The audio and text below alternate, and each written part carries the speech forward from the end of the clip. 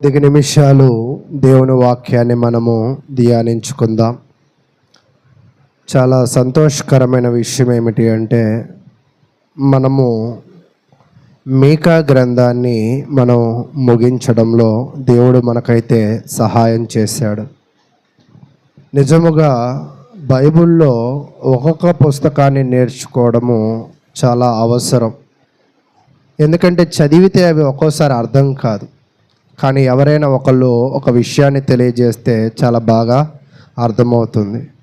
మీరు చూసినట్లయితే ప్రసంగి గ్రంథాన్ని మనం ముగించాం, యోషియా గ్రంథాన్ని ముగించుకున్నాం, యోవేలు గ్రంథాన్ని ముగించుకున్నాం, ఓబద్యా గ్రంథాన్ని ముగించుకున్నాం, మీకా, నహూము, హబకుకు, జెఫన్యా, హగ్గై, ఈ గ్రంథాలన్నీ కూడా మనము అయితే ముగించాం. అయితే ఇవన్నీ విన్నవాళ్ళు చాలా తక్కువ ఉండవచ్చు ఇక్కడ, నాకు తెలిసి, అంతేనా? కానీ బైబిల్ అయితే మనం ఒక క్రమ పద్ధతిలో చక్కగా అయితే నేర్చుకుంటూ ఉన్నాం. ఇవి నేర్చుకోవడానికి, ఇది బోధించడానికి దేవుడైతే మంచి అవకాశాన్ని ఇచ్చాడు. అయితే మీరైతే అందరూ విని ఉండరేమో అని నేను అనుకుంటున్నా. అన్నీ విన్నవాళ్ళు ఎవరైనా ఉన్నారా? చేతులు ఎత్తండి. ఒక 2 చేతులు లెగిసాయి. చాలా సంతోషం, ఆ ఇద్దరైనా ఉన్నారు. నిజంగా వాటి మీద మనం అనుభవాన్ని పెంచుకోవాలి. ఈరోజు ఈ భూమిని దాటి కొంతకాలం తర్వాత మనం వెళ్ళిపోతాం. అయితే ఈ భూమి మీద బ్రతకడానికి మనము చేస్తున్న వృత్తిలో మనం ఏం చేస్తామంటే చాలా అనుభవాన్ని పెంచుకుంటాం. కానీ దేవుని మాట ఏమంటుందంటే, భూమిని దాటిన తరువాత కూడా ఈ మాటలు నీకు ఉపయోగపడతాయి. అంటే భూమి మీద ఉపయోగపడతాయి, భూమిని దాటిన తరువాత కూడా ఇవి ఉపయోగపడతాయి. మరి ఇవి నేర్చుకునే విషయంలో మనం ఎంత శ్రద్ధ వహించాలి? కానీ చాలామంది ఆ శ్రద్ధలో కొంచెము తగ్గినట్లుగా అనిపిస్తూ ఉంది. సరే, ఏదేమైనప్పటికీ కూడా ఇక నుంచైనా కూడా మీరు ఆరాధనలో పాల్గొన్నట్లయితే మంచి విషయాలు దేవుడైతే తెలియజేస్తాడని నేను విశ్వసిస్తూ ఉన్నా. అయితే ఈరోజు నేను ఇంకొక ప్రవక్త గ్రంథాన్ని చెప్పడం ప్రారంభిస్తాను. ఒకవేళ ఈ ప్రవక్త గ్రంథం పేరు చెప్పగానే దీనిని నేను ఎప్పుడో ప్రారంభించాలి, కానీ యోనా అనగానే ప్రతి ఒక్కరు నాకు తెలుసు అంటారు. మనం చెప్తే ఇంట్రెస్ట్గా ఎవరు వినరు అని నేను దీనిని ప్రారంభించడం ఆలస్యం అయితే చేశా. ఎందుకంటే తెలియని మాటలు వినినంత ఇంట్రెస్ట్గా తెలిసిన మాటలు ఎవరు కూడా వినరు, అంతేనా? అది కాబట్టి అందుకే ఈ యోనాని నేను చెప్పడంలో కొంచెం ఆలస్యం అయితే చేశా. కానీ నాకు అర్థమైన విషయం ఏమిటి అంటే, ఖచ్చితంగా మీరు తెలుసుకున్న దానికంటే లోతైన విషయాలు అయితే నేర్చుకుంటారు. ఎప్పుడు అంటే దాని మీద మీరు దృష్టి పెట్టినప్పుడు. మీరు ఎప్పుడైనా కూడా ఒక అడ్రస్ని ఎత్తుక్కుంటూ వెళ్ళాలి అని అనుకున్నారనుకోండి, మీరు స్పీడ్గా వెళుతూ ఉన్నారు, మీకు అడ్రస్ కనపడుతుందా? స్లోగా వెళుతూ ఉన్నారు. ఇప్పుడు కొంచెం కనపడడానికి, వెతకడానికి తేలికగా ఉంటుంది. అలాగే నేను కూడా స్పీడ్గా చెప్పాను అనుకోండి, మీకు ఏమీ అర్థం కాదు. ఏదో చెప్పాలి కాబట్టి నేను చెప్పేశా, కానీ అది మీకు ఏం అర్థం కాదు. మీరు కూడా వినేటప్పుడు దానిని ఏదో క్యాజువల్గా వింటే అది మీకు ఎప్పటికీ గుర్తుండదు. వాటిని ఒకవేళ దేవుడు మీకు ఇచ్చిన చదువును బట్టి రాసుకుంటూ వినగలిగినట్లయితే,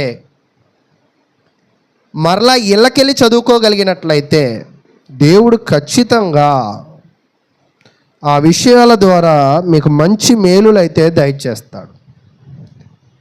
అయితే ఈరోజు యోనా గ్రంథాన్ని మనం చదువుకుంటూ ముందుకు వెళదాం.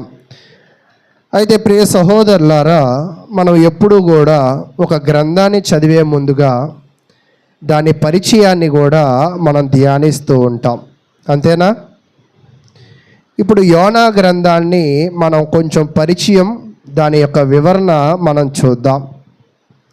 యోనా అంటే అర్థం ఏమిటి అంటే, ఆ పేరుకు అర్థము గువ్వ. ఏంటండి? గువ్వ. కాబట్టి ఈ యోనాను మనం చూస్తూ ఉన్నప్పుడు 2 రాజుల గ్రంథం 14వ అధ్యాయము 25వ వచనంలో కూడా ఇతని గురించి ఒక ప్రస్తావన అయితే చూస్తాం. మీరెవరు తీయవసరం లేదు. 2 రాజుల గ్రంథం 14:25లో ఇతని గురించి అయితే మనం చూస్తూ ఉంటాం. ఈ యొక్క యోనా గ్రంథము మనకి దేనిని వివరిస్తూ ఉంది అంటే, ఈ యోనా గ్రంథము దేవుని యొక్క అపారమైన ప్రేమను మనకు వివరిస్తూ ఉంది. దేవుని యొక్క దయను మనకి వివరిస్తూ ఉంది. దేవుని ప్రేమ కేవలము ఇశ్రాయేలుల మీద మాత్రమే కాదు కానీ భూజనుల అందరి మీద కూడా దేవుని ప్రేమ ఉన్నది అని దానిని ఈ యొక్క వాక్యం అయితే వివరిస్తూ ఉంది. కాబట్టి ఈ పుస్తకాన్ని మనం చదువుతూ ఉన్నప్పుడు దేవుని యొక్క ప్రేమ అర్థమవుతుంది, దేవుని యొక్క దయ అర్థమవుతుంది. దేవుడు అందరి మీద కూడా దీనిని ఇస్తాడు అని అయితే మనకి అర్థమవుతూ ఉంది. అయితే ప్రియ సహోదరులారా, ఈ యోనా అనే పుస్తకాన్ని అతను రాసినప్పుడు క్రీస్తు పూర్వము 793 నుంచి 753వ సంవత్సరంలో దీనిని రాసి ఉండవచ్చు. 793 నుంచి 753 సమయంలో దీనిని అయితే రాసి ఉండవచ్చు. ఈ యొక్క పుస్తకం యొక్క ముఖ్య ఉద్దేశం ఏమిటి అంటే, దేవుని దయ కేవలము ఇశ్రాయేలులకి మాత్రమే కాక అన్యజనులకు అనగా నినివే ప్రజలకి కూడా దేవుని దయ ఉంది అని చెప్పడం. ఈరోజు చాలామంది ఏమనుకుంటూ ఉంటామంటే, దేవుడు నన్ను మాత్రమే ప్రేమిస్తాడు, దేవుడు నా మీద మాత్రమే దయ చూపిస్తాడు అని అనుకుంటూ ఉంటాం. అలా ఏమి కాదు. దేవుని నమ్ముకున్న అందరి మీద ఆయన ఏం చూపించగలడంట? ప్రేమ చూపించగలడు. దేవుని మీద ప్రేమ కలిగి ఉన్న అందరి మీద కూడా ఆయన ఏం చూపించగలడంట? దయ చూపించగలడు అని మనకైతే ఈ పుస్తకం వల్ల అర్థమవుతూ ఉంది.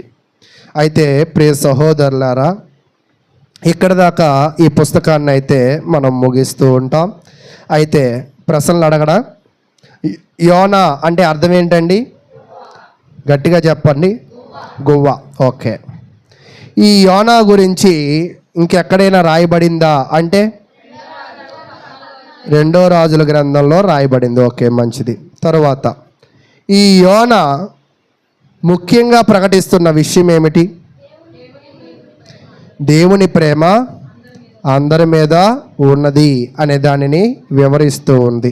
అయితే ఈరోజు మనము 1వ అధ్యాయాన్ని మనం పరిశీలన చేద్దాం.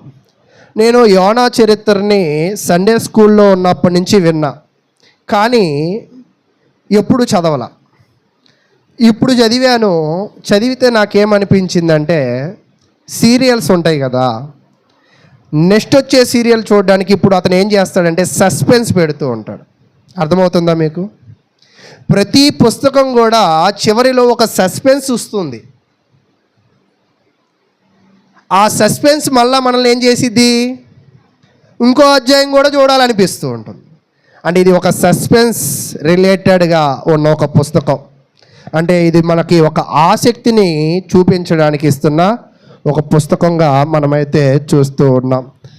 కాబట్టి ప్రియ సహోదరులారా, చూద్దాం ఈ యోనా మొదటి అధ్యాయం మనకేం తెలియజేస్తుందో దానిని కొంచెం మనం పరిశీలన చేద్దాం. యోనా గ్రంథము మొదటి అధ్యాయాన్ని మనము చదువుకుంటూ కొంచెం ముందుకు వెళ్ళే ప్రయత్నం చేద్దాం. యోనా గ్రంథము ఎవరైనా పేజీ నెంబర్ తీసినట్లయితే చెప్పడానికి ప్రయత్నం చేయండి. 762వ పేజీ, యోనా గ్రంథము 1వ అధ్యాయం. యెహోవా వాక్కు అమిత్తాయి కుమారుడైన యోనాకు ప్రత్యక్షమై ఇలాగూ సెలవిచ్చెను. అంటే దేవుడు వాక్కు ఎవరితో మాట్లాడిందంట? ఒక వ్యక్తితో మాట్లాడింది. ఆ వ్యక్తి పేరు ఏమిటి అంటే యోనా. అతని తండ్రి పేరు ఏమిటి అంటే అమిత్తాయి అని తెలియజేస్తూ ఉన్నాడు. ఇక్కడ మీరు ఏమని మాట్లాడింది? దేవుడు యోనాతో మాట్లాడడం ప్రారంభించాడు. మాట్లాడడం ప్రారంభించి 2వ వచనం, నినివే పట్టణస్థుల దోషము నా దృష్టికి ఘోరమాయెను. వాస్తవానికి దేవుడి ప్రజలు ఎవరు అంటే ఇశ్రాయేలుల ప్రజలు మాత్రమే. నినివే వాళ్ళు దేవుని ప్రజలు కాదు. కానీ దేవుడి దృష్టి ఎవరి మీద కూడా ఉంది? అక్కడ చెప్తున్నాడు, నా దృష్టికి నినివే పట్టణస్థుల దోషము నా దృష్టికి ఘోరమాయెను. అంటే దేవుడి దృష్టి కేవలము దేవుడి ప్రజల మీద మాత్రమే కాదు, కానీ దేవునిని నమ్ముకొనని వారి మీద కూడా ఉంటూ ఉంది. అయితే అది మంచి అయినా సరే, అది చెడ్డదైనా సరే, దేవుడు ప్రతిదానికి కొన్ని హద్దులు గీశాడు. కానీ ఇప్పుడు ఈ నినివే పట్టణస్థులు ఏం చేశారంటే హద్దులు మీరి ప్రవర్తిస్తూ ఉన్నారు. ఈ హద్దులు మీరు ప్రవర్తిస్తూ ఉన్నప్పుడు ఈ ప్రజలు చేసేది సహించుకోవడం లేదు. మేము కూడా కొన్ని పనులను చూస్తూ ఉంటాం, కొన్ని అడగం వెంటనే. అంటే ఎవరైనా కూడా కొంతమందిని ఏం చేస్తూ ఉంటారు, పరిశీలిస్తూ ఉంటారు, అవకాశం ఇస్తూ ఉంటారు, ఆ తప్పుని సరిదిద్దుకుంటారేమో ఎదురు చూస్తూ ఉంటారు.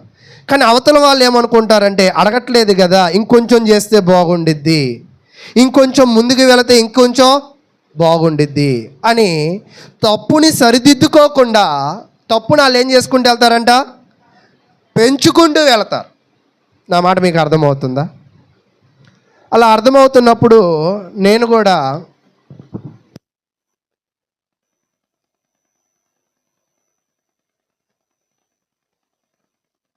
ఏం జరిగిద్దంటే, ఒక ఇల్లు ఉంటుంది, ఆ ఇంటికి ఒకటే పార్కింగ్, కానీ 2 ఇల్లులు. ఎన్ని ఇల్లులు? 2 ఇల్లులు, కానీ ఎన్ని పార్కింగ్లు? ఒక పార్కింగ్. అంతకుముందు 2 ఇళ్లల్లో ఉన్న ఒకరికి మాత్రమే బండి ఉంది, ఇంకొకరికి బండి లేదు. కాబట్టి ఇప్పుడు ఏం గొడవలు లేవు. సరే, ఇప్పుడు రెండో ఆయన కూడా బండి కొన్నాడు. ఇప్పుడు ఏం జరిగిందంటే ఒక బండి పెడితే ఇంకో బండి పెట్టడానికి ప్లేసు లేదు. కాబట్టి వీళ్ళు పోటీ పడుతున్నారు, ఫస్ట్ నేను పెట్టాలి, ఎందుకంటే ఎవరు ముందు పెడితే వాళ్ళదే కదా, నేను పెట్టాలి అని పోటీ పెడుతున్నారు. పోటీ పడుతూ బండి పార్కింగ్ కోసం చివరికి వాళ్ళు ఏమయ్యారంటే ఉద్యోగాలు పోగొట్టుకుని ఒకళ్ళు కొట్టుకుని ఆ పార్కింగ్ కోసం చాలా రోడ్డుకి ఎక్కారు. అంటే నేనేం చెప్పాలనుకుంటున్నానంటే, ఒక్కోసారి మన జీవితంలో చిన్నదాని కోసం పెద్ద జీవితాన్ని పోగొట్టుకుంటూ ఉంటాం. సరే ఏముందిలే, వాడు ఇక్కడ పెట్టుకుంటే నేను అక్కడ పెట్టుకుంటాను అనే స్వభావం ఉండుంటే గొడవలు అయ్యేవా? అంటే కొన్ని పంతాలు ఎలా ఉంటాయి అంటే నేనే చేయాలా అని, అలాగా వాళ్ళ జీవితంలో చాలా నష్టపోయారు. అంటే నేను ఇక్కడ అండర్లైన్ చేయాలనుకుంటున్న విషయం ఏమిటి అంటే, మన జీవితంలో కూడా కొన్ని చిన్న చిన్న విషయాలని మనం చాలా సీరియస్గా ఆలోచిస్తాం, చాలా సీరియస్గా ఆలోచించేసి చాలా నష్టపోతూ ఉంటాం. అయితే ఇప్పుడు యోనా దేవుడితో మాట్లాడాడు, అయ్యా ఆ నినివే ప్రజలు చాలా చెడ్డవాళ్ళు అయ్యారు, నా దృష్టికి చాలా పాపాలైతే చేశారు.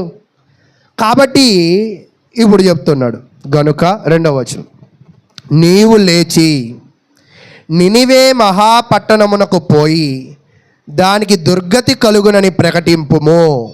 అంటే దేవుడు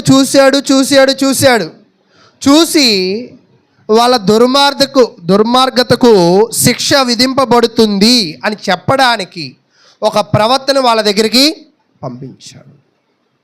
అందుకే ఇక్కడ నేనేం చెప్పాలనుకుంటున్నానంటే, ఎవరు మనల్ని అడిగినా అడగకపోయినా మన హద్దులలో మనము మాట్లాడాలి, మన హద్దులలో మనము ప్రవర్తించాలి, దేవుని బట్టి మనం ఈ లోకంలో జీవించాలి. నన్ను ఎవరు అడగడం లేదే, నాకు ఎవరు చెప్పడం లేదే, నేను ఎవరి మాట వినను అని మనం ఎన్నడూ కూడా అనుకోకూడదు. నన్ను ఎవరు చూడడం లేదే నేను చేసే తప్పుని అని మనం ఎప్పుడు కూడా అనుకోకూడదు. ఇక్కడ దేవుడు అసలు ఈ 2 వచనాలే ఒకవేళ బాగా వివరిస్తే ఇదే గంట పట్టిద్ది నాకు తెలిసి. ఎందుకంటే దేవుడు ప్రతి ఒక్క పనిని కూడా ఆయన ఏం చేస్తున్నాడంటే క్షుణ్ణంగా చూస్తూ ఉన్నాడు. దేవుడికి ఒక పేరు ఉంది, ఏంటంటే ఆయన హృదయ అంతరంగములను ఎరిగిన వాడు. అంటే నీ హృదయంలో ఏమున్నదో, నా హృదయంలో ఏమున్నదో, నా బ్రెయిన్లో ఏముందో, నీ బ్రెయిన్లో ఏదుందో అది ప్రతీదీ కూడా ఆయనకి బాగా తెలుసు. అయితే కాబట్టి దేవుడు చూస్తున్నాడన్న భయము నీలో ఉంటే నీ హద్దులు నువ్వు ఎప్పుడూ కూడా మీరవు. నువ్వు ఎప్పుడూ కూడా మీకా గ్రంథంలో కూడా మీకా బాధ ఎందుకు పడ్డాడంటే వీళ్ళు నీతి నియమాల ప్రకారంగా జీవించడం లేదు అని. ఈరోజు నువ్వు కూడా నీతి నియమాలను అనుసరించకపోతే, హద్దులు మీరి మాట్లాడినా, హద్దులు మీరి ప్రవర్తించినా నిన్ను ఎవరు అడగట్లేదని నువ్వు అనుకుంటున్నావేమో, కానీ జాగ్రత్త, నిన్ను ఎవరు చూస్తున్నారంట? దేవుడు చూస్తూ ఉన్నాడు. అయితే దేవుడు నువ్వు చేసిన పాపాన్ని బట్టి నీ దగ్గరికి ఆయన ఏం చేస్తాడంటే ఒకరిని పంపిస్తాడు, ఎవరినో ఒకరిని పంపిస్తాడు. అయితే ఈరోజు మన దగ్గరికి ఎవరినైనా ఒకరిని పంపించినప్పుడు వాళ్ళ మాటని మనం ఏం చేయాలంటే ఖచ్చితంగా వినాలి. ఈరోజు మీరు ఆది కాండము నుంచి పరిశీలన చేయండి. ఆది కాండము నుంచి దుర్మార్గులైన జనుల దగ్గరికి దేవుడు ఎవరిని పంపించాడు? నోవాహును పంపించాడు. ఎవరినండి? నోవాహును ఎంతకాలం వాక్యం ప్రకటించాడు? 100 సంవత్సరాలు ప్రకటించాడు. ఎందుకంటే ఆయన ఓడ కట్టినప్పుడు ఆయన వయసు 500 సంవత్సరాలు, ఓడ ముగించిన తర్వాత ఆయన వయసు 600 సంవత్సరాలు. అంటే ఓడ కట్టడానికి ఆయన ఎంతకాలం ప్రయాసపడ్డాడు? 100 ఏళ్ళు. అంటే ఈ 100 ఏళ్ళు కూడా ఆయన ఏం చేశాడు? వాక్యాన్ని ప్రకటించాడు. అయితే ఎవరైనా విన్నారా? వినకపోగా తిరిగి ఆ ఓడ కట్టినోడిని, ఆ వాక్యం చెప్పినోడిని తిరిగి ఏమన్నారు? తిక్కలోడా అన్నారు, మన భాషలో అర్థం కావడానికి. అంతేనా? కానీ కొంతకాలం తర్వాత ఎవరు తిక్కలోళ్ళు, ఎవరు పిచ్చోళ్ళు, ఎవరు అజ్ఞానులు అని అర్థమైంది వరద వచ్చినప్పుడు. అంతేనా? అంటే దేవుడు ఎప్పుడూ కూడా మనము పాపములో పడిపోతూ ఉంటే, మనము ఆత్మీయంగా బలహీన పడిపోతూ ఉంటే మన దగ్గరికి ఒక ప్రవక్తని పంపిస్తాడు, ఇది నిజం. మనకి దేవుని వాక్యాన్ని వినిపిస్తాడు, ఇది నిజం. కానీ నువ్వు ఎలా స్పందిస్తున్నావు, నువ్వు ఎలా దానిని రియాక్ట్ అయ్యావు, నువ్వు దానిని ఎలాగూ గ్రహించావు అనే దాని మీద నీ జీవితం ఉంటుంది. బాగా విన్నావా? బాగా గ్రహించావా? బాగా కట్టుకోగలవు. బాగా వినలేదా? బాగా గ్రహించలేవా? బాగా కట్టుకోలేవు. బాగా కట్టుకోలేకపోతే నీకు ఉపమానం చెప్పాను, ఏమని? బుద్ధిమంతుడు దేని మీద కడతాడు ఇల్లు? బండ మీద. బుద్ధిహీనుడు ఇసుక మీద. అంతేనా? కాబట్టి ప్రవక్త వచ్చిన తరువాత, వాక్యము చెప్పిన తరువాత బుద్ధి గలవాడు తన ప్రవర్తనను దేనిని ఆధారము చేసుకుంటాడంటే వాక్యమును ఆధారము చేసుకుంటాడు. కాదయ్యా మా ఊర్లో ఇంతే, మా కులంలో ఇంతే, మా మతంలో ఇంతే అన్న వాళ్ళకి మనం ఏమీ చెప్పలేము. అర్థమవుతుంది? ఓకే. ఒకసారి ఇలాగే మా నాన్నమ్మ గారు చనిపోయారు. చనిపోయినప్పుడు తూర్పు వైపు తలపెట్టాలంట. ఎటువైపు? తూర్పు వైపు. అంతేనా? కరెక్టేనా? ఓకే. ఆ తూర్పు వైపు అరుగు కట్టాకే ఆమె చచ్చిపోయింది. కాబట్టి తూర్పు వైపు తలపెట్టాలి. ఇక్కడ గందరగోళం జరుగుతూ ఉంది. అంటే నానమ్మే కానీ పెద్ద పరిచయాలు ఏమీ లేవు మనకి. సరే, ఏదో గొడవ అవుతుంది, టైం అయిపోతుంది, వర్షం పడుతుంది కాసేపట్లో. తూర్పు లేదు, దక్షిణం లేదు. తూర్పు, ఉత్తరమో, దక్షిణమో తల ఎవడ పెట్టాలంటే ప్రాణం ఉన్నోడు పెట్టాలి. ఇప్పుడు ప్రాణమే లేదు. అంటే కొంతమంది ఆచారాలు ఎలాగ ఉంటాయంటే మూర్ఖత్వంతో కూడిన ఆచారాలు ఉంటాయి. ఇప్పుడు ఈ నినివే ప్రజల యొక్క ఆచారాలు కూడా ఎలా ఉన్నాయంటే వాళ్ళ మూర్ఖత్వంతో ఉన్నారు. అయితే ఈ మూర్ఖుల మధ్యలోకి దేవుడు ఎవరిని పంపించాలనుకుంటున్నాడు? అసలు మీరు చూసారా, దేవుడు ఒక్కోసారి ఎంత దుర్మార్గంగా మాట్లాడుతున్నాడు చూసారా? మూర్ఖుల మధ్యలోకి ఒక మంచి ప్రవక్తను పంపించాలనుకుంటున్నాడంట. అంటే మూర్ఖులు ఎక్కడో ఉంటారో ఆ మూర్ఖుల మధ్యలోకి ఎవరు వస్తారంట? ఒక మంచి ప్రవక్త వస్తాడు. అంటే ఈ మంచి ప్రవక్తకి 3 చెరువుల నీళ్ళు ఎవరు తాగిస్తారు? ఈ మూర్ఖులు తాగిస్తారు. మనం అనుకుంటూ ఉంటాం, అబ్బా 4 వైపులా ఇబ్బందులు పడుతున్నావు అంటే, అవును నువ్వు 4 వైపులా ఇబ్బంది పడుతున్నావు అంటే దేవుని నిమిత్తం, దేవుడు నిన్ను అక్కడ బలపరచాలని అని అనుకున్నాడు. ఓకే, అయితే ఇదంతా కూడా యోనా విన్నాడు, ఇదంతా జరిగిపోయింది. అయితే నేను ఒక ప్రశ్న అడుగుతాను మిమ్మల్ని. నినివేకి యోనాని వెళ్ళమని చెప్పింది ఎవరు? ఏంటో కొంతమంది విన్నట్టున్నారు. ఎవరండి? దేవుడు. ఆ దేవుడు వెళ్ళమన్నా చెప్పినంత విషయాలు వినింది ఎవరు? యోనా. ఇప్పుడు డెసిషన్ ఎవరు తీసుకోవాలా? ఆల్రెడీ డెసిషన్ చెప్పేశారు దేవుడు, ఏమని? అరే బాబు నువ్వు నినివే వెళ్ళిపో అని. అయితే ఇక్కడ ఆశ్చర్యమైన విషయం ఏంటో తెలుసా? చాలా, ఇది ఒకవేళ మీరు ఎప్పుడు విని ఉండకపోవచ్చు. యోనా ఉన్న ఊరు దగ్గర నుంచి నినివే ప్రాంతానికి వెళ్ళడానికి ఎంత దూరమో తెలుసా? 1667 కిలోమీటర్లు. ఎంతండి? 1167 కిలోమీటర్లు. అంటే ఒక దేవుని ప్రవక్త మూర్ఖులను సరిచేయడానికి 1167 కిలోమీటర్లు, 800 మైళ్ళు ప్రయాణం చేయమని దేవుడు. ఇది చాలా చిన్న పనా పెద్ద పనా? చిన్న పనే కదా. యోనా కాబట్టి విన్నాడు. మనమైతే ఒక 2 కిలోమీటర్ల దూరంలో ఉన్న చర్చికి రావడానికే మనం ఎంత అస్తవ్యస్తాలు పడుతున్నామో ఎవరికి తెలుసు? మనకు తెలుసు. కానీ ఇతను ఏం చేశాడంటే, సరే ఇప్పుడు డెసిషన్ తీసుకోవాల్సిన పరిస్థితి ఎవరిది? యోనాది. ఈ డెసిషన్ తీసుకునేటప్పుడు ఇతను ఎలాంటి డెసిషన్ తీసుకున్నాడు చదువుదాం. యోనా గ్రంథము 762, అంతేనండి, 762 పేజీలో ఇప్పుడు 3వ వచనాన్ని మనం చదువుదాం. దేవుడు చెప్పాలనుకుంది చెప్పేశాడు, యోనా వినాల్సింది అనుకున్నది వినేశాడు. అయితే ఇప్పుడు డెసిషన్ ఎలా ఉన్నది అనేది మనం చూద్దాం. 3వ వచనం, పురుషులు చదవండి. అయితే యెహోవా సన్నిధిలో నుండి తర్షీషు పట్టణమునకు పారిపోవాలనని యోనా యొప్పేకు పోయి తర్షీషునకు పోవు ఒక ఓడను చూచి.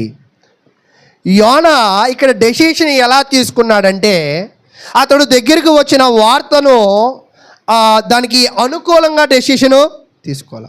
ఈరోజు ఒక్కోసారి మాకు కూడా చాలా బాధ అనిపిస్తూ ఉంటుంది. ఇంత వాక్యం చెప్తున్నాం కదా, ఇంత నోరెండిపోతుంది, ఇంత బట్టలు తడిసిపోతుంది, ఇంత కష్టపడుతున్నాం కదా, గతంతో పోలిస్తే ఇంకా బాగా కష్టపడాలని ప్రయత్నిస్తూనే ఉన్నాం కదా, మా ప్రయత్నాలని ఎందుకు జనాలు అర్థం చేసుకోవట్లా? అంటే మా ప్రయాస అంతా కూడా వీళ్ళ కొరకే అనేది ఎందుకు వీళ్ళకి అర్థం కావట్లా అని ప్రవక్తలు బాధపడ్డారు. మీకా గ్రంథంలో మీరు చూశారు కదా. అయితే యోనా కూడా ఇప్పుడు ఈయన ఏం డెసిషన్ తీసుకున్నాడంటే, వాళ్ళు ఒక మూర్ఖులు, వాళ్ళ దగ్గరికి నేనెందుకు వెళ్ళాలి? నినివే పట్టణస్తుల దగ్గరికి వెళ్ళడానికి యోనా ఏమయ్యాడంటే భయపడ్డాడు. ఎందుకో తెలుసా? వాళ్ళు దుర్మార్గులని రిపోర్ట్ ఎవరిచ్చారు? దేవుడే ఇచ్చాడు. దుర్మార్గుల దగ్గర పెంటనీళ్ళు పూసుకోమంటే ఎవరైనా పూసుకుంటావా? ఈ యోనా భయపడిపోయాడు. ఎందుకు భయపడిపోయాడంటే, నినివే అనేది ఒక అషూరు పట్టణానికి ఒక రాజధాని. ఈ నినివే పట్టణము ఒక సంపన్న ప్రాంతము. ఈ నినివే పట్టణంలో దుర్మార్గులు ఉన్నారు. ఎవరైనా వాళ్ళకి వ్యతిరేకంగా మాట్లాడితే చంపరం, తోలు ఒలుస్తారు. ఏం ఒలుస్తారంట? తోలు ఒలుస్తా అని మనం పిల్లల్ని అంటాం, కానీ తోలు ఏం ఒలవం.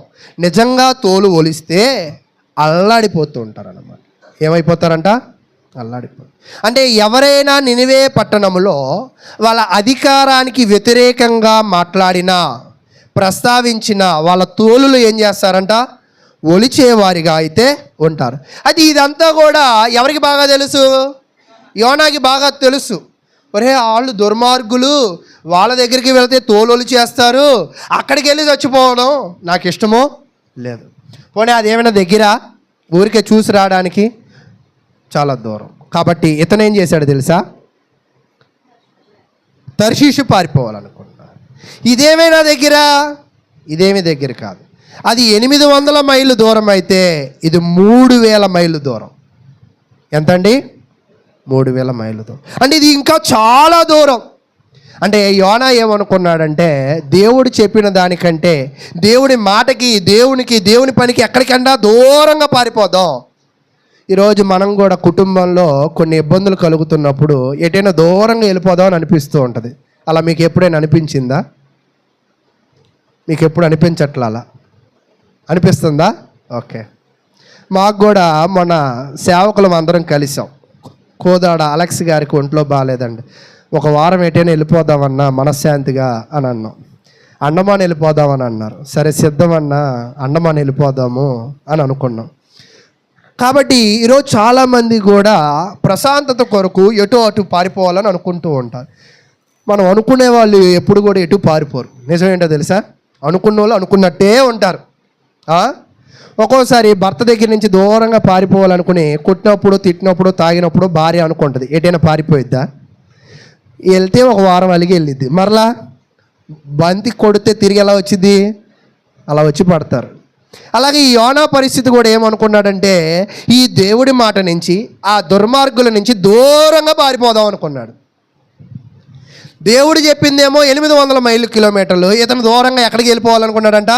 3000 మైళ్ళు కిలోమీటర్లు వెళ్ళిపోవాలని యొప్పేకి వెళ్ళాడు. యొప్పేకి ఎందుకు వెళ్ళాడంటే యొప్పే అనేది ఒక ఓడరేవు కలిగిన ప్రాంతం. మన యొక్క ఆంధ్రాలో కూడా ఓడరేవులు ఎక్కడెక్కడ ఉన్నాయి? కాకినాడలోను, వైజాగ్లోను, అంతేనా? అయితే ఓడ ప్రయాణం చేయాలంటే అక్కడికి వెళ్ళాలి కదా. అలాగే ఈ యోనా కూడా ఒప్పే వెళ్ళాలి అన్నా, ఈ యోనా తర్షీషు వెళ్ళాలి అన్నా ఆయన ఒప్పేకి వెళ్ళాల్సిందే. నినివే వెళ్ళాలి అన్న ఒప్పేకి వెళ్ళాడు. వెళ్ళిన తర్వాత ఆలోచన చేయడం ప్రారంభించాడు. తన మనసు అంగీకరించట్లా ఎక్కడికి వెళ్ళడానికి, నినివే వెళ్ళడానికి అంగీకరించట్లా. కానీ దేవుడు అయితే ఎక్కడికి వెళ్ళమన్నాడు?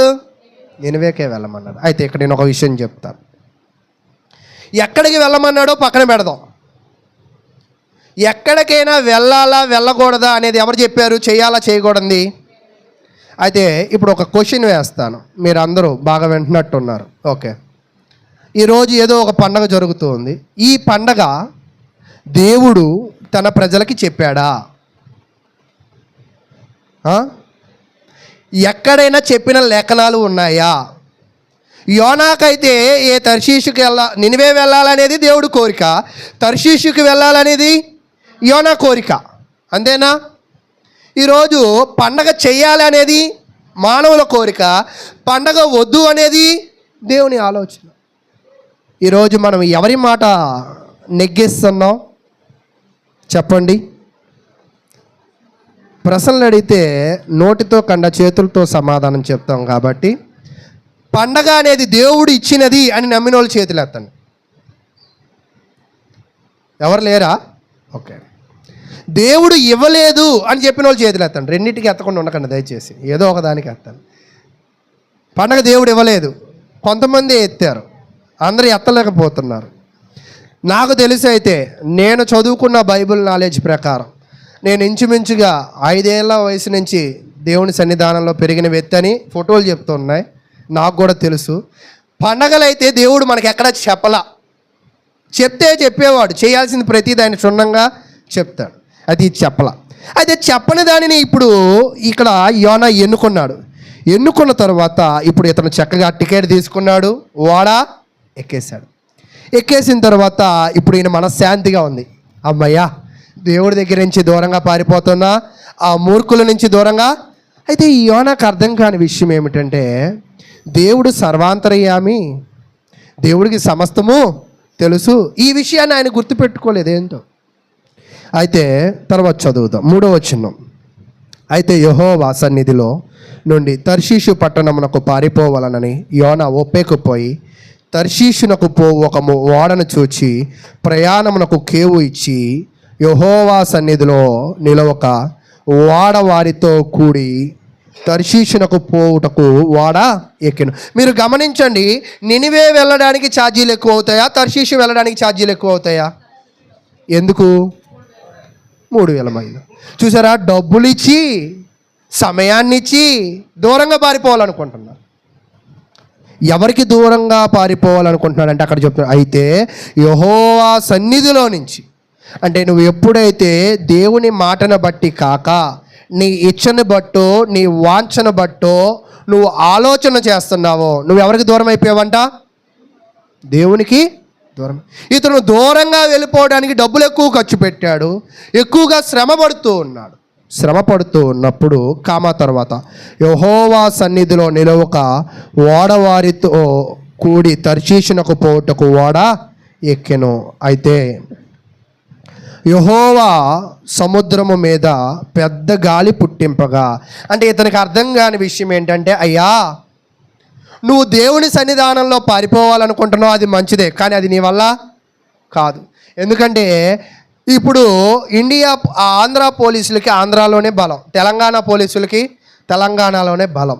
కానీ దేవుడు అనే అతను, ఈయన సుప్రీం, ఈయన అన్ని దేశాలలో కూడా ఈయనకి ఏం కలిగి ఉందంట? బలం కలిగి ఉంది. అన్ని ప్రాంతాలలో కూడా ఈయనకి ఏం కలిగి ఉందంట? బలం కలిగి ఉంది. అంటే ఈయనకి పాపం పిచ్చోడో మంచోడో మనకు తెలియదు. ఒకసారి పిచ్చోడా ఎక్కడికి పోతావరా అంటాం కదా, నిజంగా ఏమన్నా పిచ్చోడో మంచోడో తెలియదు.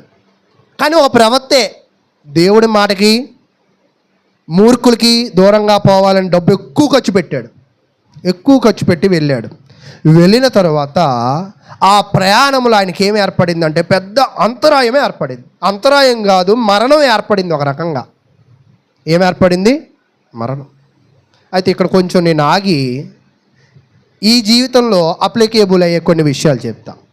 మనం కూడా దేవుని సన్నిధానాన్ని విడిచి ఒక్కోసారి ఏవో కొన్ని ఉద్ధరిద్దామని దేవుని ఆలోచన నుంచి, దేవుని సన్నిధిలో నుంచి దూరముగా పారిపోతూ ఉంటాం. నిజమా కాదా? అలా పారిపోయే తరుణంలో దేవుడు దానిని అంగీకరిస్తాడా? నా ప్రశ్న అర్థమైందా? అంగీకరిస్తాడా?